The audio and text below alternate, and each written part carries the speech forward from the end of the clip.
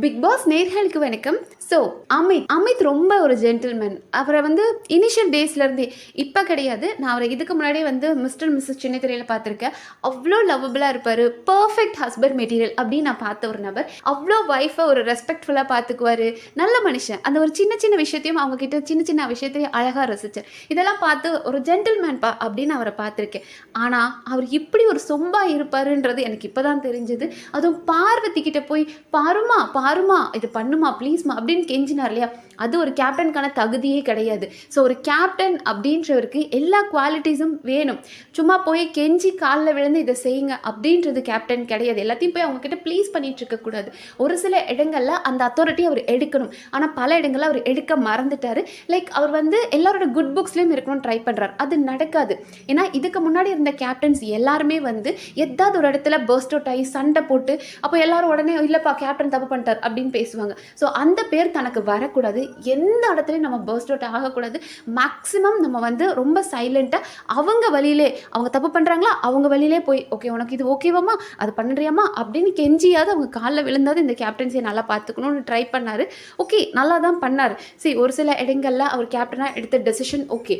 ஆனால் என்னை பொறுத்த வரைக்கும் அவர் பார்வதி கூட கண்டிப்பாகவே ஜெல்லாகி போகணும் அப்படின்னு நினைக்கிறார். ஏன்னா அவருக்கு பார்வதி பற்றி நல்லாவே தெரியுது. பார்வதி எந்த இடத்துல தன்னை தூக்கி போட்டுருவாங்க, எப்படி அவங்க வேர்ட்ஸ் யூஸ் பண்ணுறாங்க எல்லாமே தெரியுது. தெரிஞ்சும் பார்வதியை தான் பக்கம் வச்சுக்க ட்ரை பண்ணுறாரோ. லைக் பார்வதி தான் வந்து இந்த வீட்டோட டார்ச்சர். ஸோ தனக்கு டார்ச்சர் பண்ணக்கூடாதுன்றதுக்காக அவ கூட ஃப்ரெண்டாக இருக்க ட்ரை பண்ணுறாரா, இல்லை வெளியே இருந்து பார்த்து வந்திருக்காரு, அவங்களுக்கு ஒரு லைம் லைட் இருக்குது அதுலேயே நம்மளும் ட்ராவல் ஆகணும்னு ட்ரை பண்ணுறாரான்னு தெரியல. அவர் ஏதோ ஒரு பாயிண்டில் பார்வதியை பற்றி தெரிஞ்சாலும் அவங்க பண்ணுற தவறுகளுக்கும் இவர் உடந்தையாக போகிறாரு. ஸோ உடந்தை அப்படின்னு நான் எதுக்கு சொல்கிறேன் அப்படின்னா, பார்வதியோட கேஸ் அவர் எடுத்ததே தப்பு. என்ன கேட்டால், நீங்கள் ஒரு கேப்டனாக இருந்திருக்கீங்க, உங்கள் கேப்டன்ஸையை நீங்கள் பாதுகாக்கணும் அப்படின்றதுக்காக ஒரே நோக்கத்துக்காக தான் அவர் வந்துட்டு இந்த பனிஷ்மெண்ட் கொடுக்கணும் அப்படின்னு அவர் நினைச்சது. அவர் லெட்டர் எழுதி கொடுத்தார் இல்லையா, கோர்ட் டாஸ்க்ல அவர் ஃபர்ஸ்ட் கேஸ் கொடுக்கும்போது பார்வதி அண்ட் கமருதீன் மேலே ஒரு லெட்டர் எழுதி கொடுத்தார். அப்போ அவரோட பயமே என்ன அப்படின்னா, நம்மளோட கேப்டன்சி தப்புன்னு சொல்லிடுவாங்க. இந்த வாரம் நிறைய ப்ரெஷர் நடக்கும். ஸோ இந்த டீ காஃபி இல்லாமல் அது ஒரு சண்டே ஆகும். இவனுங்க ரெண்டு பேர் பண்ண தப்பில் அது நம்ம தலையில் விடிஞ்சிடக்கூடாதுன்ற பயம் இருந்தது. ஸோ அதுக்காக தான் அவங்களுக்கு வந்து அவர் மேலே கேஸே கொடுத்தார். ஆனால் அப்படியும் அவர் கேஸ் கொடுத்துட்டு அவரே போய் பார்வதிக்காக வாதாட போனது ரொம்ப பெரிய தப்பு. அது ரொம்ப பெரிய முட்டாள்தனம். நீ ஒரு கேப்டனாக இருக்க, இந்த வீட்டில் அது ஒரு பெரும் பிரச்சனையாக இருக்குது, நீயே போய் அவ பக்கம் நின்னது, நீ அட்வொகேட்டாக உன்னை ப்ரூவ் பண்ணிக்கணும் அப்படின்றதுக்காக நீ போய் தப்பு கூட போய் நிற்கிறியே. பண்ணவங்க கூட போய் துணையாக நின்று அவங்களுக்காக நில்லலை, அவங்களாம் வந்துட்டு அவங்களோட இதை ரியலைஸ் பண்ணிட்டாங்களே அப்படின்னு. ரியலைஸ் பண்ணலை அப்படின்றத கேப்டனாக நீங்கள் சொன்னாலும் அட்வொகேட்டாக உங்கள் பாயிண்ட்டை ப்ரூவ் பண்ண ட்ரை பண்ணீங்க. பட் அந்த இடத்துலையே நீங்கள் ஒரு மனுஷனாக தோற்று போயிடுறீங்களே. ஒரு கேப்டனாக இருக்கும்போது உங்களுக்கு அவங்களோட ரெண்டு பேரோட வழி மட்டும் இல்லை, மற்றவங்க எல்லார் வழியும் தெரிஞ்சிருக்கணும். நீங்கள் போயிருக்கவே கூடாது. விக்ரமெல்லாம் பார்வதி கூப்பிட்டாங்க, எனக்கு நீ அட்வொகேட்டாக வரியா அப்படின் போது விக்கல்ஸ் நான் வரமாட்டேன்ட்டாரு. நான் கேப்டனாக இருந்த அமித் நமக்கு அட்வொகேட்டில் நம்ம ப்ரூவ் பண்ணணும் அப்படின்றதுக்காக அவங்க பக்கம் போய் நின்னதே தப்பு. அது அவருக்கு ஒரு பெரிய ட்ராபேக்காக போயிடுச்சு. ஏன்னா அவங்க பண்ண தப்பெல்லாம் இவங்க நியாயப்படுத்தினார். மைக்கு மறைச்சு பேசினா பர்சனல் இஷ்யூ ரிலேட்டடாக தான் பண்ணோம் அப்படின்ற மாதிரி ஒரு சில இதெல்லாம் இவரே அட்வைஸ் எடுத்து கொடுத்தார். ஸோ அதெல்லாம் அவருக்கு ரொம்ப பெரிய ட்ராபேக்காக போயிடுச்சு. அண்ட் பார்வதி அண்ட் கமருதீன் கிட்ட அவர் க்ளோஸ் ஆகிருக்கார். லைக் அவர் ஃபஸ்ட்டு இனிஷியல் டேஸில் வினோத் கூட தான் ரொம்ப க்ளோஸாக இருந்தார். அப்புறம் வினோத் கூட க்ளோஸாக இருக்கிறனால அந்த இடத்துல கமருதீன் வராங்க, பார்வதி வராங்க. ஸோ பார்வதி கூட அவங்களால ஜெல்லாக முடிஞ்சது அப்படின்ற ஒரு பாயிண்டில் அவங்களோட பெர்ஸ்பெக்டிவ்லேருந்து, பார்வதி அண்ட் கமருதீன் பெர்ஸ்பெக்டிவ்லேருந்தே அமித் பார்க்க ஆரம்பிச்சிட்டாரு. ஸோ அவங்க பெர்ஸ்பெக்டிவ்லேருந்து பார்த்து இதெல்லாம் ஒரு பிரச்சனையா அப்படின்ற மாதிரி கேட்குறாரு. ஒரு சில இடங்களை இப்போ அமித் இன்னைக்கு கேட்டார் அரோரா கிட்ட. அன்னைக்கு கமருதீன் தப்பாக பேசும்போது, ஏன்னா அரோரா சொன்னாங்க என்னோட இயரிங்ஸ் ஒன்று இருக்குது அது கூட அப்படின்னு கேட்கும்போது, ஏன் வேறு ஏதாவது இன்னர்ஸ் ஏதாவது கொடுத்து வச்சிருக்கியா அப்படின்னு அவர் கேட்டார் இல்லையா, அதை தப்புன்னு அட்ரஸ் பண்ணார் அமித். எஸ் பண்ணார் தான்.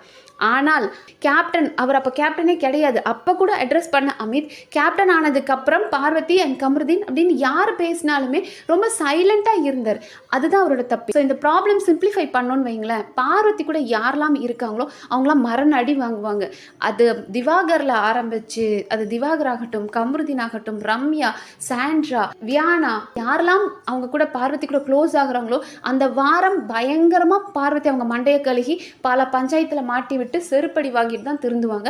ஸோ அமித் இப்போவாவது உணர்வாரா அப்படின்றது தெரியல.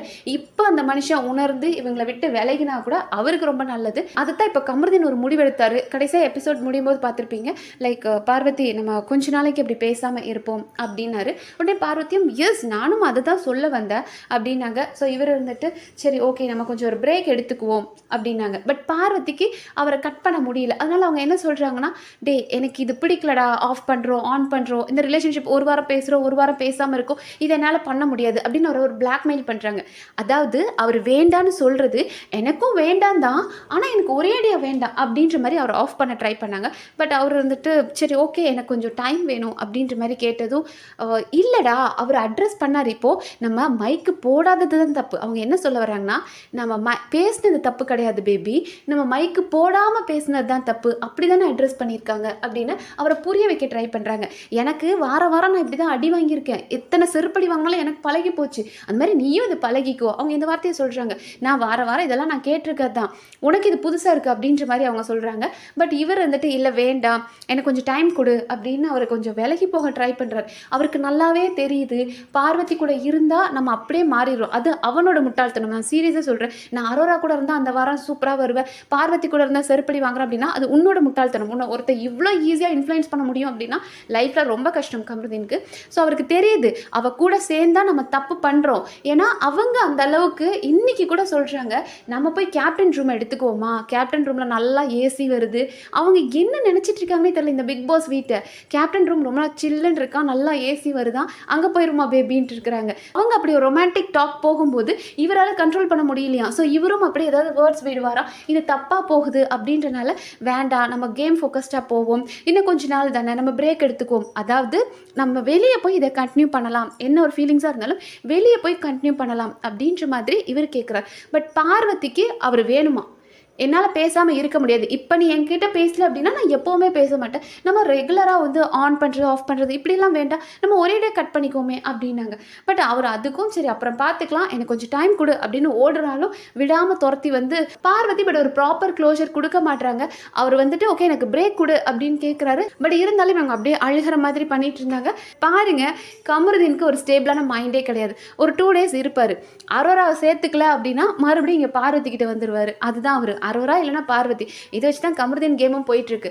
ஸோ அரோரா மட்டும் மேபி ஓகே அப்படின்னு சொல்லி மச்சான ஃப்ரெண்டாக ஏற்றுக்கிட்டாங்கன்னா அவர் பார்வதியை கழட்டி விட்டுட்டு இவங்க இருப்பார்.